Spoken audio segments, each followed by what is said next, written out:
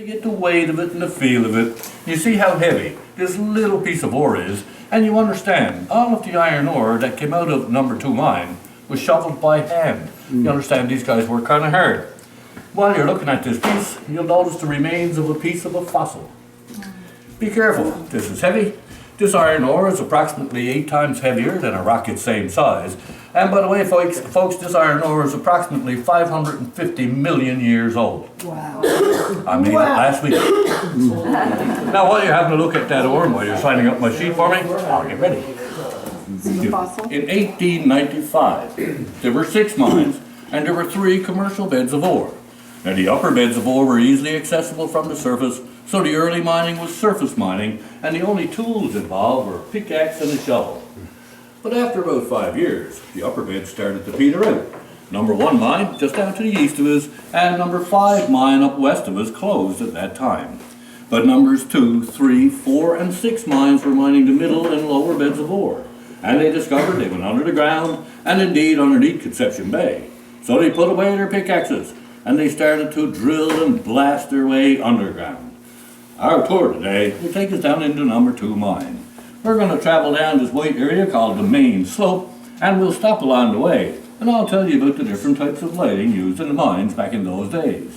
And when we get down to this area, we'll go into what's known as the barn area. We'll come out of the barn, we'll go to our lowest level today, be level 23, and we'll come back up into this area where we have a little display set up.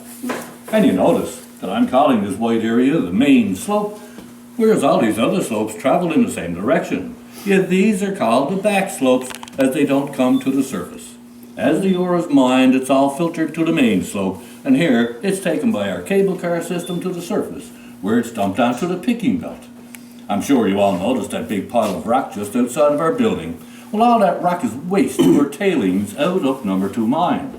Every piece of that rock was hand-picked by 10 and 11-year-old boys who would have started work at that age back in those days. And the type of mining done on Bell Island is known as the room and pillar method of mining. The rooms are represented by all these tunnels, and the pillars are represented by these pieces. When they moved into this field of ore, they removed 60% of the ore. They left 40% in the form of the pillars. When they actually went under the seabed, they only removed 40% of the ore, and they left 60% in the form of the pillars. And you also notice down the main slope, the pillars are extra large compared to the pillars in the back slopes. Well, the reason for this is all the activity is in the main slope. All the men and horses are going up and down, all the iron ore comes up. So they left these pillars extra large for the extra support. Now this is a 3-dimensional scale model of a section of number 2 mine. We step over to this map just here on the wall. This scale model represents about this much of number 2 mine. Number 2 mine actually extends some 2.5 to 3 miles underneath Conception Bay. Just west of us is number 3 mine. Number 3 mine actually went to some 4.5 miles. Wow. West again is number 6 mine. Now number 6 mine goes down some 3 miles, but it also goes over the top of number 3 mine and over the top of number 4 mine, as number 6 mine is mining the middle bed of ore. And west again up by the airstrip is number 4 mine, and this mine also goes down some 3 miles. And when they got underground, all of these mines eventually became interconnected. And over the 71 years of the operation of these mines, they removed some 80 million tons of iron ore. Now this particular field of iron ore is approximately 12 miles wide. We're not really sure how far into the earth it goes. We do know that from the last workings of these mines, the exploration drilling that was done at the time tells us that there's some 2.5 billion tons of proven reserves still in these mines. However, the geological reports of the late 1950s and early 1960s suggest that there may be as much as 10 billion tons still in these mines. They will be back for this ore. It may be 50 years, it may be 100 years. If it's 100 years, I'll be too old to work the mine then. But I'll be still here doing tours. All the iron ore on Bell Island is on the north side of Bell Island. This is the east side, this is the west side. This is the Bell Island shoreline. So all this area is underneath Conception Bay. That's why Bell Island was known to have the largest submarine mines in the world. Then we step down to our little map. Here's the Mine for submarines.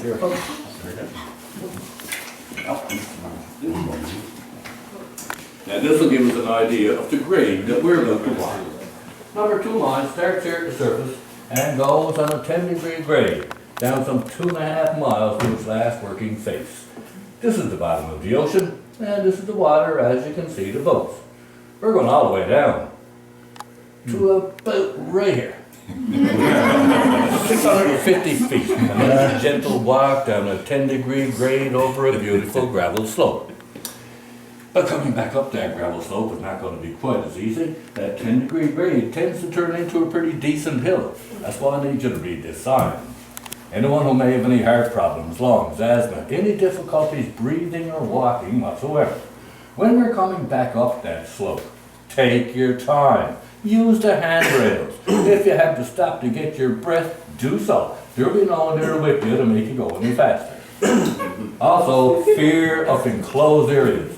But let me assure you folks, our ceilings are 17 feet. Our tunnels are 30 feet wide. Our mine is well lit. There's nothing to fear in this mine, except me. What about the ghosts? Don't worry about them, they'll never hurt you. Now, there are a few safety rules we must follow as we pass through the mine today.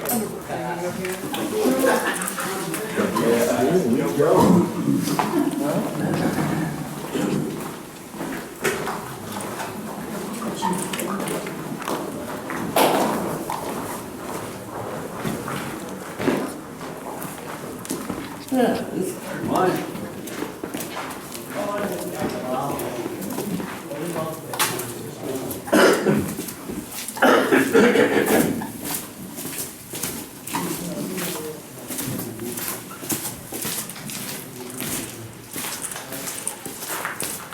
Always the same temperature all year long. 6 degrees, yeah. 6 degrees. Huh?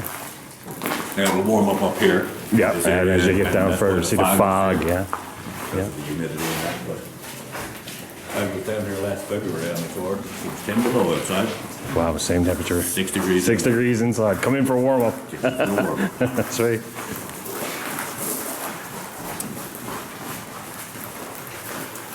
You put on a jacket, Joe? Yeah. Gonna tough it out. Tough it out.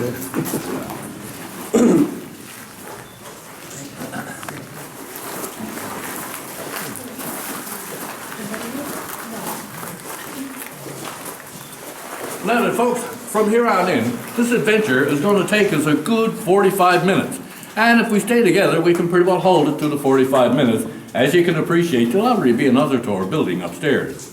And folks, everything that you'll see around you today will be high-grade iron ore. This iron ore is 51% grade iron, as you see it. So here we go.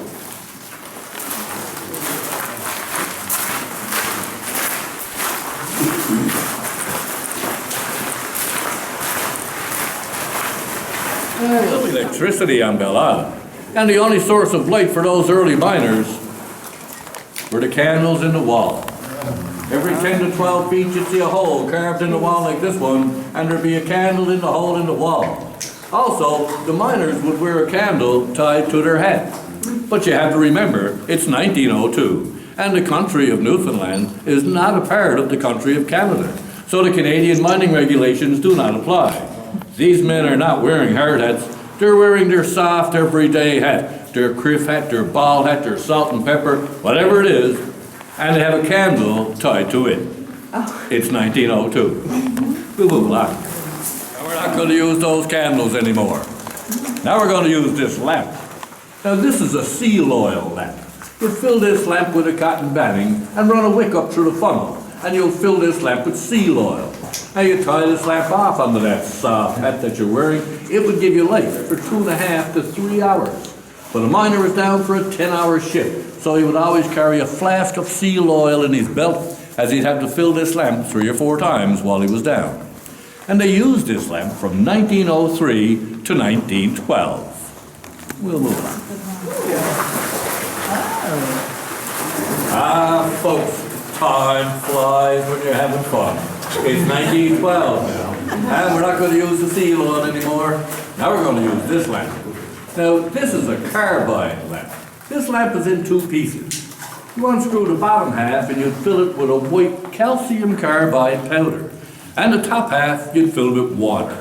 And on the top of the lamp there's a valve called a register that the miner would open to allow the drips of water into the carbide. And once the water and the carbide mixed, that would release an acetylene gas under pressure, which will come out through the center of the lamp. And on this particular lamp, at about the 5 o'clock position, would be a wheel and flint assembly. The miner would give this a flick to ignite this acetylene gas. But just stop and think for a second, folks. He's going to take this lamp, and he's going to tie it off on that soft hat that he's wearing. And when he ignites that acetylene gas, that's going to produce a flame some 4 to 6 inches out in front of this hat. Be like having a blowtorch on your head. And be very careful lighting it around your friends. Anyone that had long hair, beards, loose clothing, you could easily set them on fire.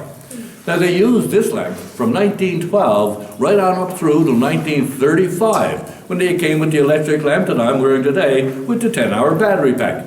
But at that time, most miners would still have preferred to use the carbide lamp as they felt it was brighter.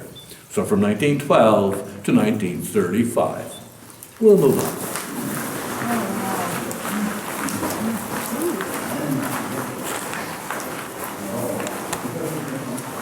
Now then, folks, referring back to our little map in the basement, all the levels in these mines are numbered. Everything to the east side of us, numbered in the odd numbers, and everything to the west side of us, numbered in the even numbers.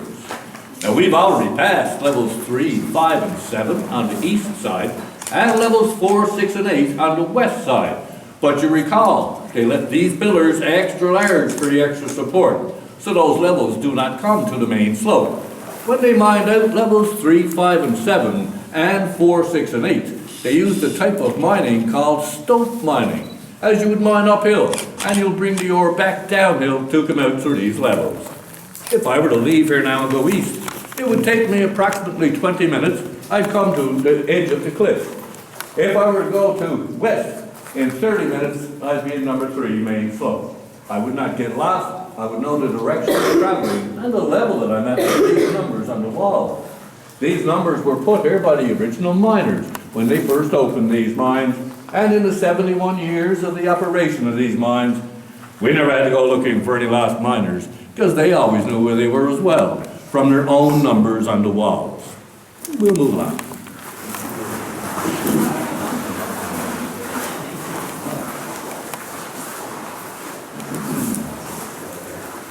Now, folks, again, referring back to our little map in the basement, and the type of mining is your basic room and pillar. Well, if this area was accessible to tourists, we could go in here, and we could go up right here, at the edge of this massive pillar, go around it and come out at level 9 that we just passed. Or we could go down right here at the edge of this massive pillar, go around it, and come out at level 13.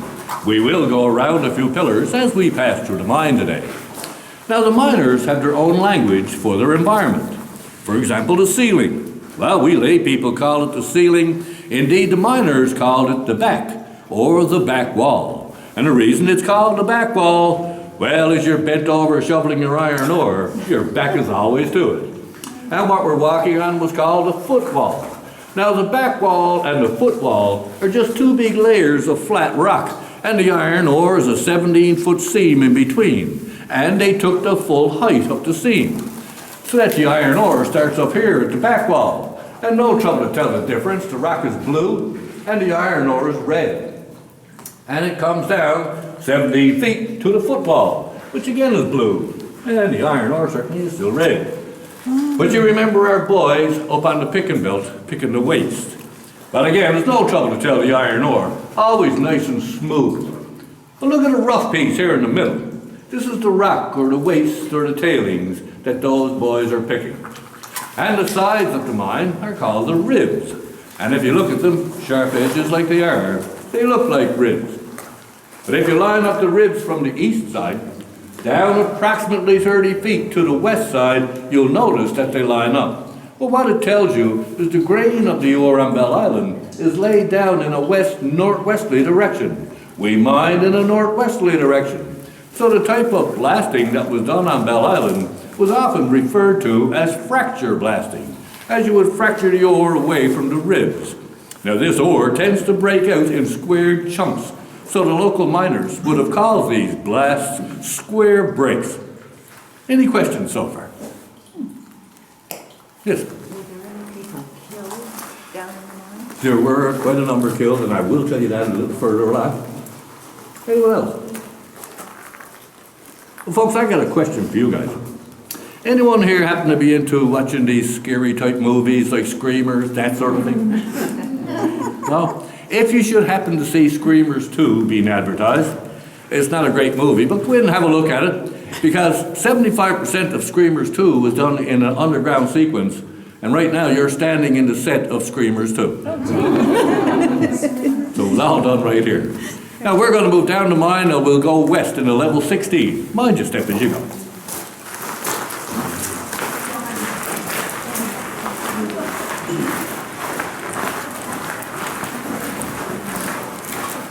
And we're going to go west. Level 16.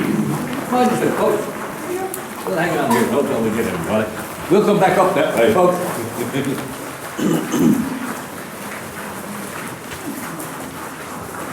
There. Now folks, I'm sure, as we've been passing through the mine, you've all been noticing the bits and pieces of tools and shovels and ore car wheels and whatnot. Well, I've been doing this tour now for 10 years, and every time I come down, I'm always looking around because you never know when you're going to see that something that you haven't seen yet. And not long ago, I spied this bottle up here. Now, this would have been a miner's tea bottle. As you can see, the neck is broken, so it isn't much good to the miner anymore, and he left it right here. Now, this mine here closed for Christmas in 1949 and never reopened. That bottle has been there since at least 1949, and God knows how long before that. We'll move in.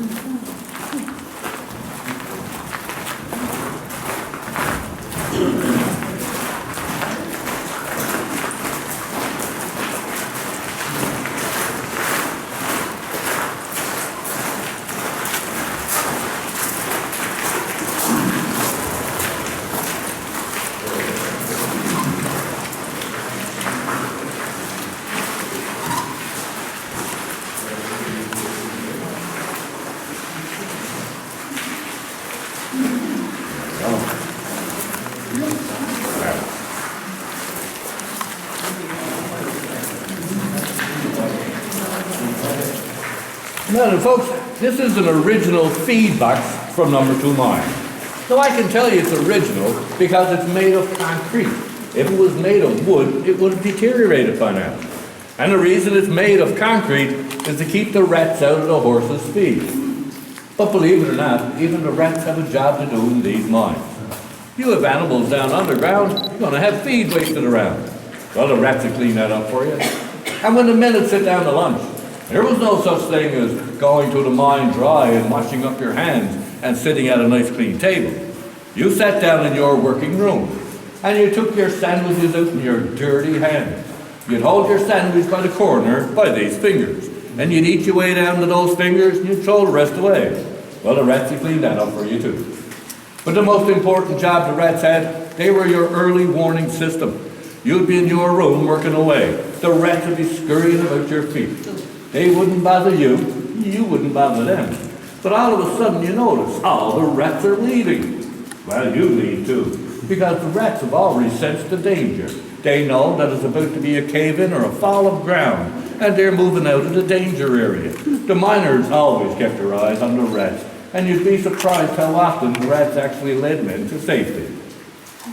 You'll notice the different size horseshoes on our feed box. You know, folks, when you're dealing with a lot of horses, as we did here on Belle Isle, you'll always find that in a herd of horses, there's going to be that one horse that's really particular, really finicky. Well, we had one horse here, he was so particular, he used to like to wear shoes like this. Not true, folks. Only pulling your leg. Most of the horses that work these mines were like Tony down here. The Clydesdales are what we always refer to as the big draft horses. But we also use the Newfoundland pony in these mines. And the Newfoundland pony would have been used in the areas where the main of war was 55 and 60 years old, and the bigger horses would be. Now we're going to have to learn and visit the pony. Again, Fine, stick it in.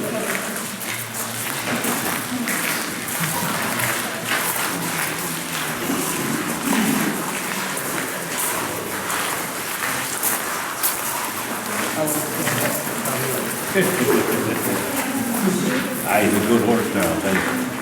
Don't eat much anymore, don't kick, don't fight. Now folks, this is the original location of the very first barn in number 2 mile. It's not the original barn. As I told you, wood does not last in these mines. Believe it or not, folks, we rebuilt this barn some 22 years ago. Already it looks to be 100 years old. Now the horses that work the mine work the same shift as the men. 10 hours a day, 6 days a week, off on Sunday.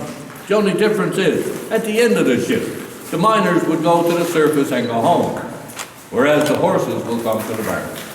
The horses will be in the mine on a 1-month rotation. They'll spend a full month underground. Then they'll go to the surface for a month. And when these horses are on their way to the surface, the miners would blindfold these horses.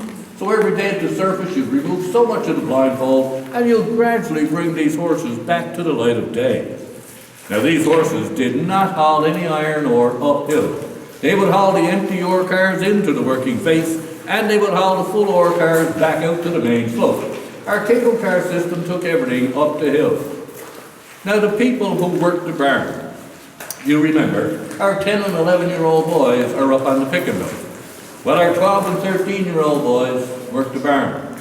My father started in this very barn in 1917. He was a 12-year-old boy. And when those boys came to work, their first job, tackle up the horses, get them ready for work. And when the horses move out, they'll get their shovels and they'll clean out the stalls. All this fertilizer eventually makes its way to the surface and is used on the local gardens. They'll get their buckets and they'll mix up a mixture of lime and water called whitewash. And they'll have to whitewash these walls. Now the whitewash serves 2 purposes. 1, cleanliness, but 2, an extra bit of light for the horses.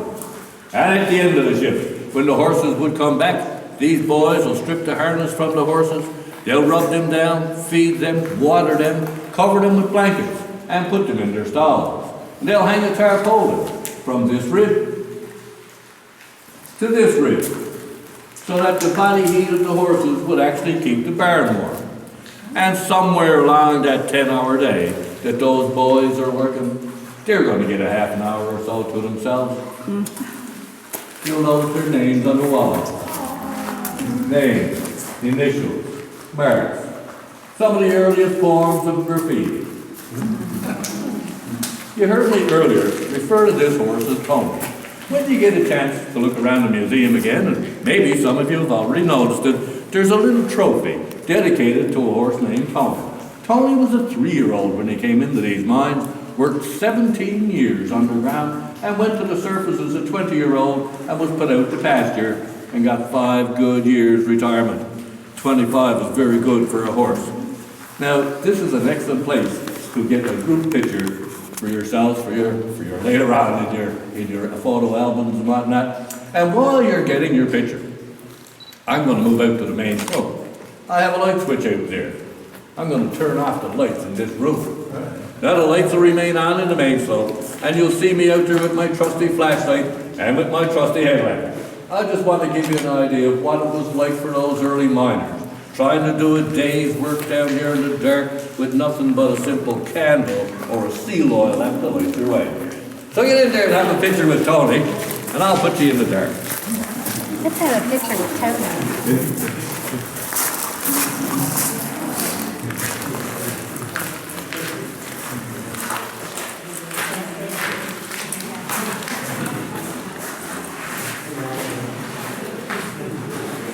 Trying to do a day's work.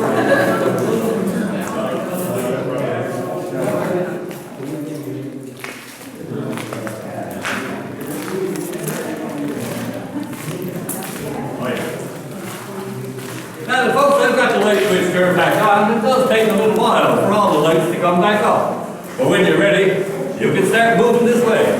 Keep up to your right, stay on the gravel. Keep up to your right, stay on the gravel.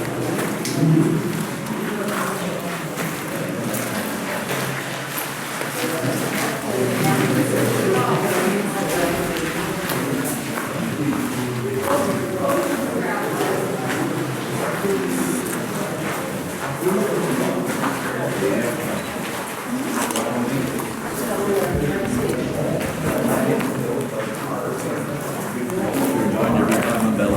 our ditches on the side for our water runoff, so please, from here on in, mind your step as you go. You'll notice the hooks here, right over my head. Now there would have been a series of these hooks all the way down the mine, and there'd be 2 wires run through these hooks all the way up to the surface to the building known as the bell house. And the man who looks after the ore cars and the tram cars in the mine is known as the flogger. And when the flogger comes to work, he'll take an instrument called a wrapper and he'll attach it to these 2 wires. Now a wrapper is a simple piece of board with 2 wires out of it, another piece of board attached like so, a spring-loaded affair, a simple switch. You'll see one up in the museum when you get a chance. And when he had a trip of ore ready to go up, a trip of ore being 6 cars, he'll close this switch 3 times. The bell will ring in the bell house 3 times, and the operator on the surface will know he has a trip of ore to go up. If it's a tram of men, he'll close this switch 6 times. Again, the bell will ring 6 times, and the operator will know he has a tram of men to go up. And if there's an accident in the mine, he'll close this switch 9 times. The safety crew would be down immediately. If this accident involves a death, then this mine would be shut down for the day until the investigation is complete to find out why this man was killed. Now this old telegraph system is still in effect in most mines today. They do have their radios and they do have their telephones. But the old telegraph system was always the most reliable because even on a cave-in, these wires will stay together. And as long as you could make your way to these wires, you could always send a message to the surface. Any questions? Well, folks, we're going to move down to level 23. It's the deepest, darkest part of the mine for us today. And as you can see, it is pretty dark down there. And you never know what you're going to see in the mine. But don't worry, folks, I got a rock.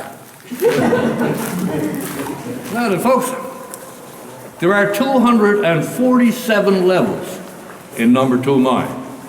This is level 23, and this is as far as our adventure takes us today. And the reason for that is the water. We're flooded up to this point. Excuse me, they're gone. Hang on, folks, I put a bit of light on the subject for you. You're welcome to move down here, folks.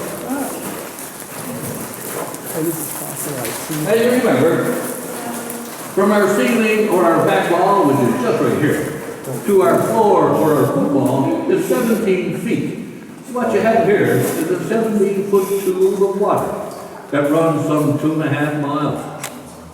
But you recall, all of our back slopes are also 17 feet. They also run 2.5 miles. They are also flooded. So what you have here is approximately 2.5 billion gallons of fresh water. There's no seawater in our mine. This water is from natural runoff from the surface, from spring wells that run covered during the operation of the mines.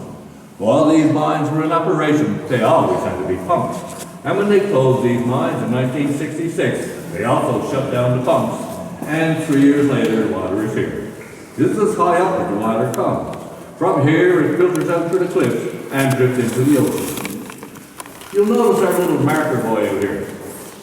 Well, underneath that marker, we have our heat pump, and we take the energy out of this water, and we use it for our heat and our air conditioning in our museum. Waste not, hot not, folks. Now, if we were to drill up from here, we have 100 feet of dirt over our head, and we break out into Martin Hurley's Labatt's Blue Warehouse, just here on the green.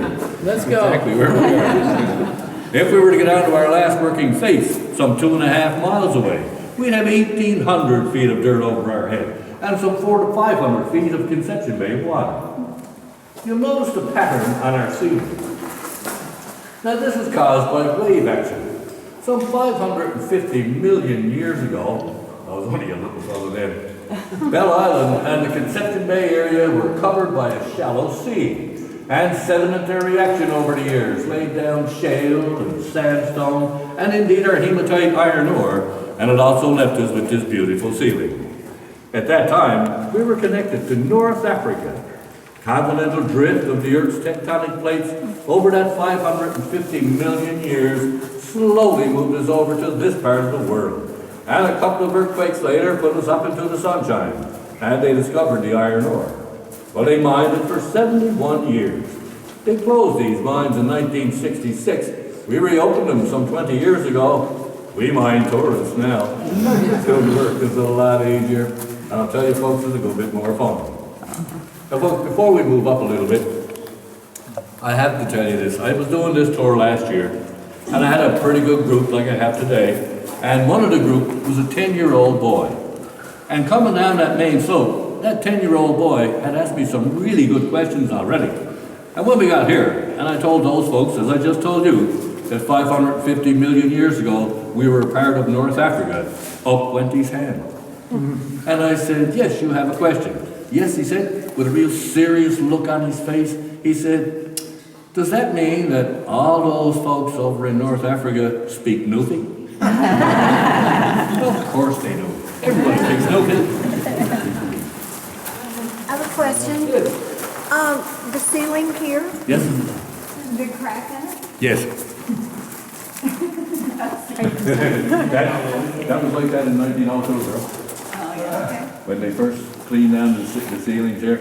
And after I explain the blasting to you, then you'll understand how the ceilings are also nice and smooth, except the little ripples that Mother Nature put there. But there's really you notice there's no roof bolting, there's no screening, there's no man-made pillars of any kind to keep these ceilings up. This rock above our head is a layer of rock about 3 feet thick. And the pillars that they left are gigantic. They didn't take any chances when they were mining this ore. They could have taken out a lot more ore out of these pillars.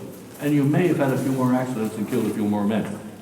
But when I do tell you exactly how many men were killed here over the 71 years, you'll actually be surprised at the small number compared to the amount of men that worked there. A little bit.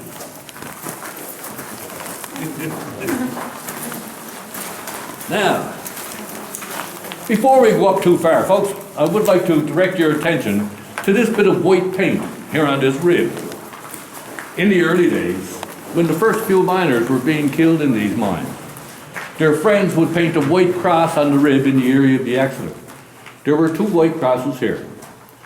Miners became superstitious, didn't want to work the areas of the crosses. So the company outlawed the use of the crosses, and they painted over these 2. But just stop and think for a second, folks. This would have been in 1902. And in 1902, this is still a brand new mine. So where you're standing, you'd all be standing in a solid wall of iron ore, because it's not mined out yet. Level 21 here would also be a solid wall of iron ore, because it's not mined out yet. And there had been a fresh blast, so there's a nice pile of iron ore right here where I'm standing. And 2 miners move in with their ore car, and they start to shovel ore. And there's a trip on the way up. You recall a trip of 6 cars. Well, the main cable broke, and those 6 cars, carrying approximately 1.8 tons of iron ore each, have just been set free with no brakes to come running back down on those steel tracks.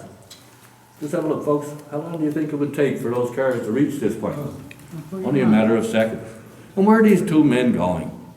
They have nowhere to go. The only thing you can hope for is that these 2 men are so busy shoveling iron ore that they're unaware of the tragedy that's about to happen. And a man by the name of Mr. William Levine and a Mr. Patrick Fitzgerald lost their lives right here, December the 20th, 1902. And you know, folks, the ironic part of this story, I've been telling this story now for 10 years.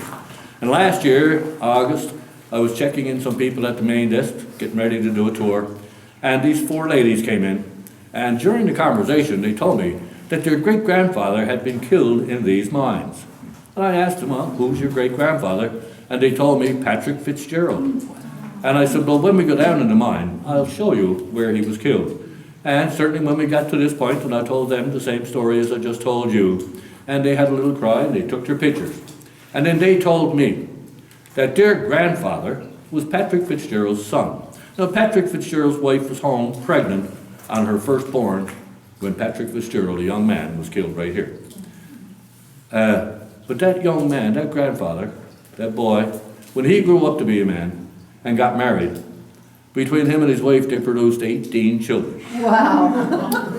Now, if you stop and think for a minute, imagine if Patrick Fitzgerald had lived. Well, I would say right now the whole world will be overrun with us Fitzgerald. We're going to move up. Did you say us Fitzgerald? Oh, I'm one of them, yes. Oh my goodness.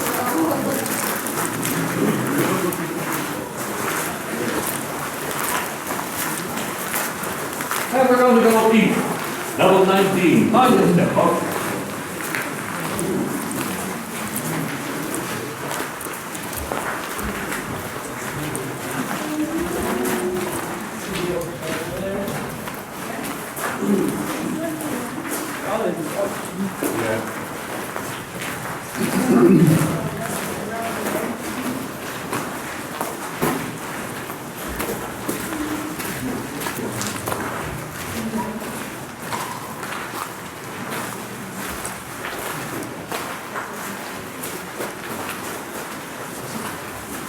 You cold, Fro? Not bad. It's not bad down here, actually. If we had a northerly breeze on today, it would actually seem much cooler. Yeah. You'd have a little breath. Glad we don't. Now, folks, if you're trying to look east, you're trying to look approximately a mile. And as you see, all you're really trying to do is look down that long, dark tunnel. And let me tell you, folks, that long, dark tunnel does go a mile. I've been down there. To go down there, you need both lights that I'm carrying today. Both of these lights have a 10-hour battery pack. And you need a good radio, as I'm carrying today. And you need a much better pair of boots than I have on right now, because as you can see, the floor is all up and down and uneven. It can be nice and slippery and dangerous enough. Now, folks, anyone have any idea what we would have called this little contraption here years ago for getting over fences? When I was a boy growing up on Bell Island, everybody had animals. Everybody had fences. And the fences were to keep the animals in or to keep the animals out. And we as boys would be going over the fences to our neighbors, and you'd knock off a rail here, knock off a rail there. So the farmers came up with a little rig and they called it a stile. 2 steps up to a little platform, step over the top rail, 2 steps down the other side. Well, we've incorporated the stile here in the mine to get our tourists over these pipes. So please, go over to the other side of these pipes. I'll take the shortcut, cut you off at the pass, and I'll tell you. Here you go. You're good here.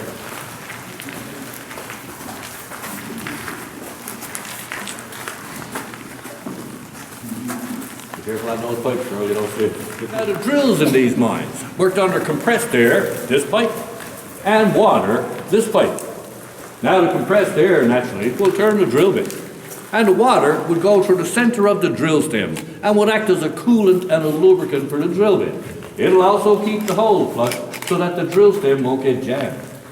Now once a driller completes his pattern of holes into his working face, he has to move to his next face. And he has to move his equipment with him. Well, back in those days, there were no shut-off valves everywhere. And you didn't shut down a mine just because a driller needed to move his equipment. So miners, being an inventive lot, made up this homemade tool. Now this is a simple plug. You cut a slice into the pipe, insert the plug. And once the move is made, you pull the plug and a blacksmith will come in, put a patch on the line just like this little fellow right here. Now folks, all good homemade tools have more than one use. And you know this one does. You remember, our 10 and 11-year-old boys are on the picking mill, and our 12 and 13-year-old boys are in the barn. Well, our 14 and 15-year-old boys work here with the men. They don't shovel ore yet. They're still too young for that. They're called nippers. They're the fellows that you broke off your shovel handle, they'd nip off and get you a new shovel. You needed a pair of gloves, they'd nip off and get you a pair of gloves. Well, one of the jobs for the nippers, the grease barrels were about 3 feet tall. They'd have to cut those barrels in half and have a fire going in the bottom of the barrel at all times, with a pan of water on the fire. So when you came down for your shift, you'd take your bottle of tea and you'd put it in the water. So 5 hours later, lunchtime, you'd have hot tea for your lunch. But every now and then, a miner, on his way to work, would raid the hen house. He'd have a couple of eggs in his pocket. And when lunchtime rolled around, he'll take this tool, and he'll go over to an ore car, and he'll take 3 fingers of grease, and he'll throw onto this tool, and he'll put this in the fire. And when it was ready, oh yes, he'd fry his eggs on it. True, it was done. The thing you have to remember, the type of grease that was used in these mines back in those days was a vegetable-based grease. Just like your Crisco, maybe not quite as refined, but vegetable-based nonetheless. And a bit of iron ore that you would have eaten with your eggs really wouldn't have mattered. You're down here eating iron ore all day anyway. And everybody needs a bit of iron in their diet. Now we're going to move up over our next stall and into our next room. Again, mind your step as you go.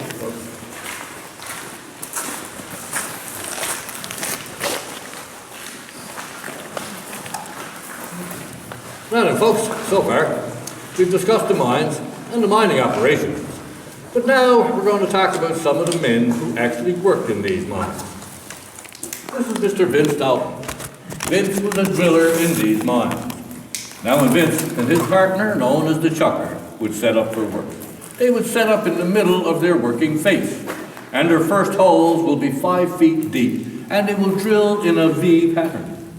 They'll move out 5 feet and put on 10-foot stems and drill their 10-foot holes also in that V pattern. And they'll move out another 5 feet and put on their 15-foot stems and drill their 15-foot holes also in that V pattern. And then they will drill up and they will drill down. This last series of holes would be to square off the blast. Now once the driller is complete, he'll move on. And the next man in is your blaster. Now the blaster will load all the holes with dynamite, insert all of his blasting caps, and tie in his blasting wire back to the one main primer cord. And when the blaster is ready, he'll give the alarm. And all men and horses will be moved to a safe area, and he'll push the plunger. And the blast will go. It will sound like one bang. But in reality, it would be a series of 8 bangs, and the reason for the time delay is to give the blaster total control over his blast, so that the center, called the cut, will go first, and then each layer in succession. And the last piece to go would be the floor. It would be called the risers. It will lift, and it'll move the iron ore outside of the room. So what you're left with is a perfectly squared off room with all the iron ore piled up out front. Now after the blast is over, the next man into this area would take what's known as a Glennie lamp, and he would hang it onto the end of a 10-foot pole. You'll see a Glennie lamp up in one of the glass cases in the museum. He would slowly move into the blast area. If the light in the lamp goes blue, that'll tell him one of 2 things. One, when you explode dynamite underground, you can leave a toxic gas that'll poison you, and the lamp will go blue. But 2, when you explode dynamite underground, the force of the concussion can blast all of the air out of the area. There'd be nothing here to breathe, and you would die, and the lamp would go blue, and the miner will back out. Every half hour, he'll move into the area. Once the light in the lamp stays yellow, he'll give the all clear, and the next man in, Mr. Bill Neary. Now, Mr. Bill Neary has the most dangerous job in these mines. He's known as the face cleaner. This bar that he's carrying is a 40-pound bar. When he moves into the area, he'll get up on ladders and rickety platforms. And with this 40-pound bar, he'll knock down all the loose rock from the ceiling or the back wall and the side walls or the ribs. He'll make it safe for the next man in. And the next man in, Mr. Bob Skanes and his partner. And some of you have already met Bob, but he didn't have his head up in the museum. He was the headless miner whose body you were using to take the picture. Well, here's his face. Mr. Bob Skanes and his partner. They're known as the muckers or the shovelers. And when they move into the area, a horse will bring in the empty ore cart. Mr. Bob Skanes will take this bar, known as a sprag, and he'll insert it into the wheels of the cart. So now the car can't go anywhere, and the horse can be untackled to go on and do work elsewhere in the mine. And Mr. Bob Skanes and his partner will proceed to fill this car with ore. This car holds 1.8 tons of iron ore. They're required to fill 20 cars a shift. Or in other words, each miner will shovel 18 tons of iron ore in each working day. A decent day's work in any man's work. And once this car is filled, one of two things will happen. One, the horse will come back in and take this car and bring it out to the main slope, where the flogger would set it up with 5 other cars as a trip. But if there's no horse available, Mr. Bob Scaines will jump aboard this car and he'll pull that sprag. And using the sprag as a brake, he'll allow gravity to take this car back around that pillar we just came around and again back out to the main slope. A dangerous practice at best, folks. Now we're always looking around the mine for artifacts, and we came across this little fellow some time ago. They did not play crib in these mines. You have to remember, back in the early 1900s, most men were not good readers. In fact, most men could not read at all. But they could count very well. This would have been a tally board. Now this would have been a fair bit wider than you see here today, but as you fill your ore car, insert your peg. Fill your car, insert your peg. Fill your car, insert your peg. Once you had your 20 pegs in, your day's work was done. Now folks, men came from all over the world to work these mines. They came here from Russia, Germany, Holland, England, China, Yugoslavia, from Lebanon, Syria, Israel, you name it. But they came here from all around Newfoundland as well, and indeed all around the Conception Bay area.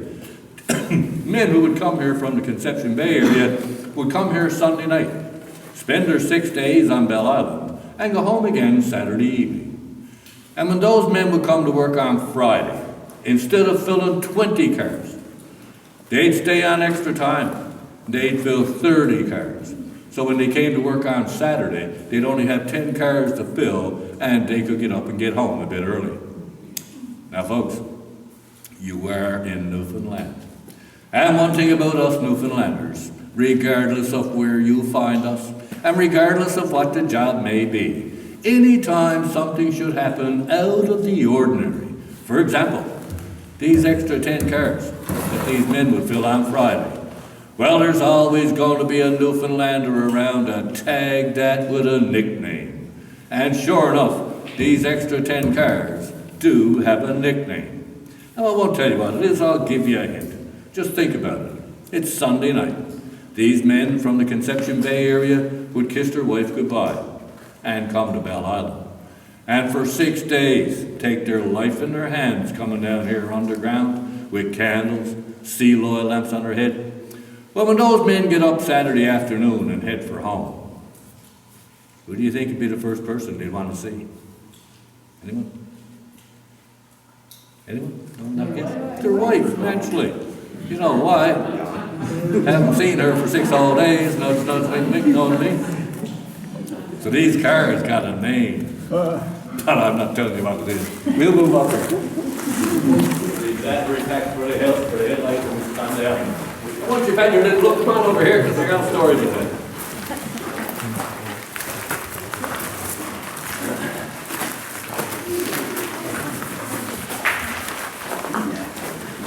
Anyone getting cold yet? Nah, it's not bad yet. Well, a little chilly, but not bad. We won't be much longer, another hour maybe. No, we're just about done here now. Now, squeeze over this way a little bit more, folks. These folks get along. Here you go. That's good, that's good. Now, folks, these are some of the drill stems used back in the day. Here's a 10-footer here and an 8-foot here. Haven't come across a 15-foot yet, but we will. I'm sure you're all familiar with this tool. For anyone who can't see this is a jackhammer. And I'm sure somewhere along the way, you've seen the boys out tearing up your roads with the jackhammers. Well, the drills in these mines were very similar to the jackhammer. The only difference is the drills were bigger. In fact, the drills were some 450 pounds. So when Mr. Vince Dalton and his partner, the chucker, would set up for work, physically between them, they'd get up that 450-pound drill, and they'd drill that pattern of holes that I just told you about. They worked hard. Until the invention of this tool. Now this is what's known as a jackleg. You drill a hole in the footwall or the floor for the bottom stud, and you'll put your drill here on the top. Now this is a pneumatic tool, operates under air pressure, so you put your air line on here. And now with this valve you can control the length of this jackleg. Now all of a sudden that 450-pound drill only seems like 150 pounds. Work became easier. Well, I don't know about you folks, but I think a 150-pound drill would still be a lot of work. Now then, a young lady asked me about how many were killed here. As in all mining and industry, there are accidents and there are deaths, and Bell Island was no exception. In the 71 years of the operation of these mines, we lost 106 men. If you stop and think about that for a second, 71 years down here in the dark, in the early days, the most primitive of times. At our peak, we had a workforce of some 2,200 men. You only lost 106? You did very well. In fact, these were the safest mines in North America. But we did have men killed. We had men killed in what was known as a fall of ground. A fall of ground would be a rock falling from the back wall. Remember, folks, it's dropping from 17 feet. And up until 1949, these men are not wearing hard hats. A rock of any size and you'd be done. We had men killed in what was known as a cave-in. A cave-in is when your side walls cave in. We had men killed with runaway ore cars, like those two poor unfortunate men at the bottom of that slope. And we had men killed in blasts. More often than not, this is your driller and his helper. After the blast is over and all the ore is mucked out, well, the next people in are the driller and his helper. So they set up and they start to drill their new pattern of holes. But they don't know there's a section of hole that didn't go the last time. And that dynamite is just sitting there waiting, and the drill churns along and strikes into that dynamite, boom! You just lost 2 men. But we did have the safest mines in North America. And now, folks, believe it or not, we've pretty well come to the end of our adventure.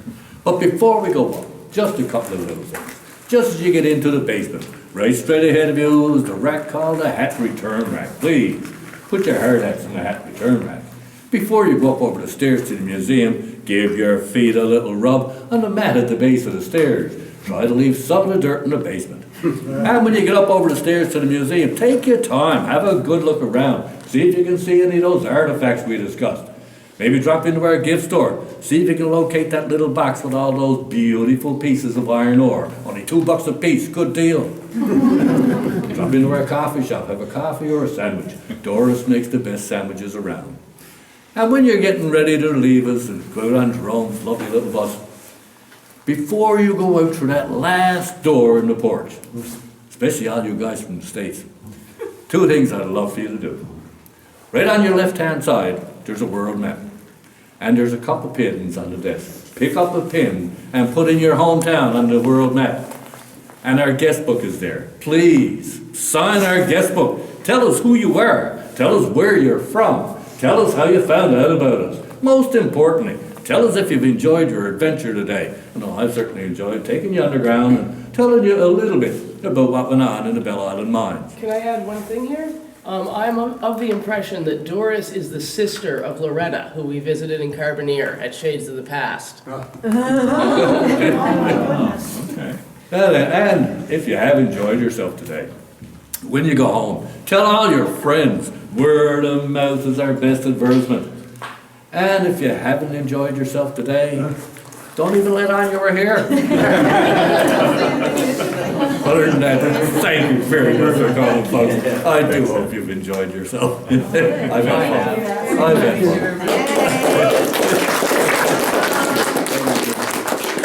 We're going to make our way out to the main slope, make the left, and again. Oh, yeah. And folks, this is where exactly when you get to the top of the slope, it's a bit humid, so you can relax and over.